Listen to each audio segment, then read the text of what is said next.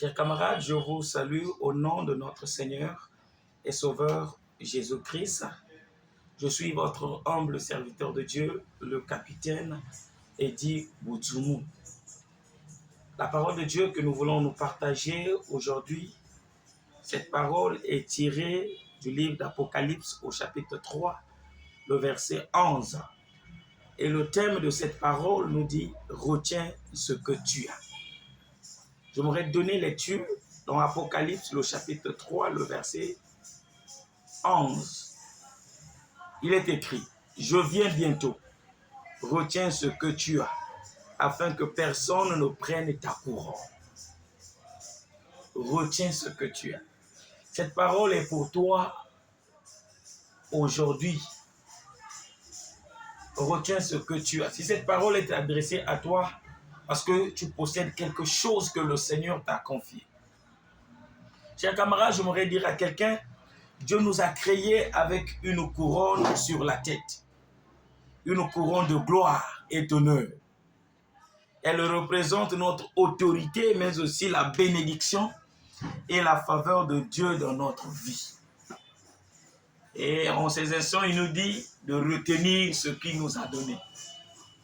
Cet attribut nous rappelle que nous ne sommes pas comme tout le monde. Que nous sommes enfants de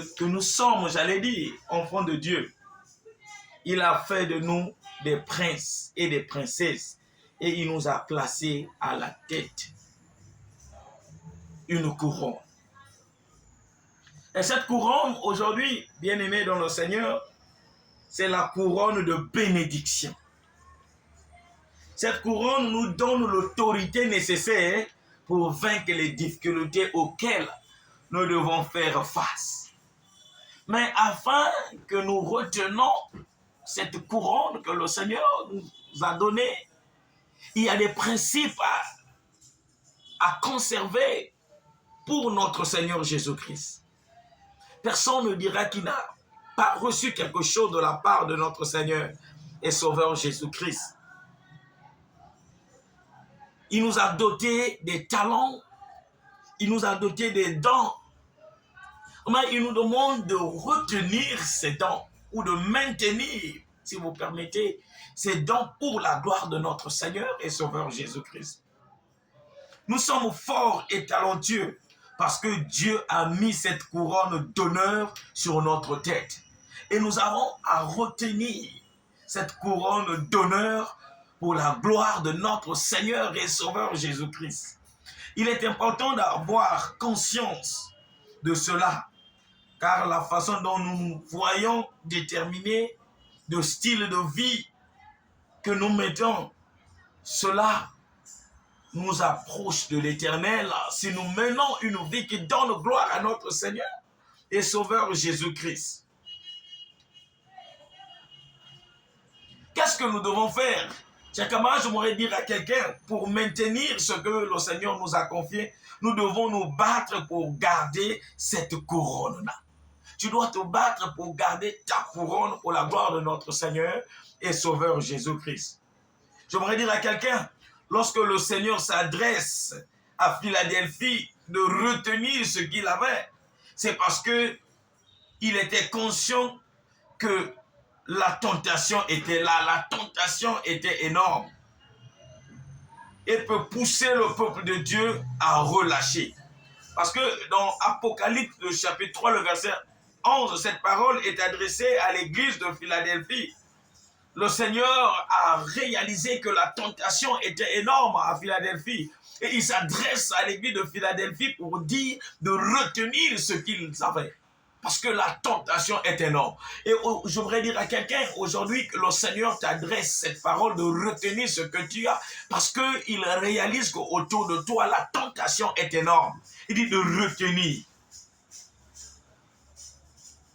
Les gens peuvent nous proposer des choses qui ne sont pas en connivence à la parole de Dieu. Certainement que l'église de Philadelphie était exposée. Mais le Seigneur a dit que non, cette église doit se maintenir sur sa voie. Il fallait se maintenir. Et il dit à quelqu'un, qu'est-ce que tu as ce matin? Qu'est-ce que tu as aujourd'hui que tu peux maintenir? Certainement, il t'a doté le don d'aider les autres. Mais par les dires de gauche à droite, nous nous affaiblissons. Mais le Seigneur dit de maintenir. Certainement, l'église de Philadelphie également avait ses talents, avait été dotée de ses aptitudes. Et lorsque Dieu réalise que l'église est exposée, il dit à l'église de maintenir ce qu'il avait. Mais il dit à quelqu'un ce soir également de maintenir.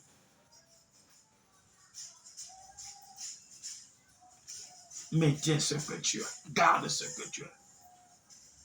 Certains ont des dons.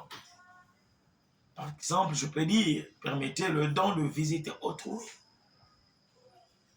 Mais par les dires en provenance de gauche et de droite, nous nous abandonnons à ces dires-là. Et cela nous tire bas. Mais nous devons garder le cap en gardant ce que le Seigneur nous a doté. Certainement, il y a des gens qui ont le don d'aider les autres. Le Seigneur nous encourage en ces instants de continuer à le faire. De continuer à le faire. Il y a d'autres qui ont reçu le don de prendre soin des hommes de Dieu. Tu dois te maintenir parce que le Seigneur te posera un jour la question en ce qui concerne ce qui t'a doté. Chers camarades dans le Seigneur, qu'est-ce que tu as perdu jusqu'à aujourd'hui? Mais notre Dieu est rempli d'amour, rempli de compassion. Si nous pouvons nous hasarder de s'approcher auprès de lui, il nous aidera encore de maintenir ce qu'il nous a donné. Apocalypse 3:11. Je viens bientôt, retiens ce que tu as. Mais notre Seigneur ne peut pas nous encourager de maintenir ce qui est mal. Ça veut dire ici, il s'adresse à l'église de Philadelphie en ce moment. Il dit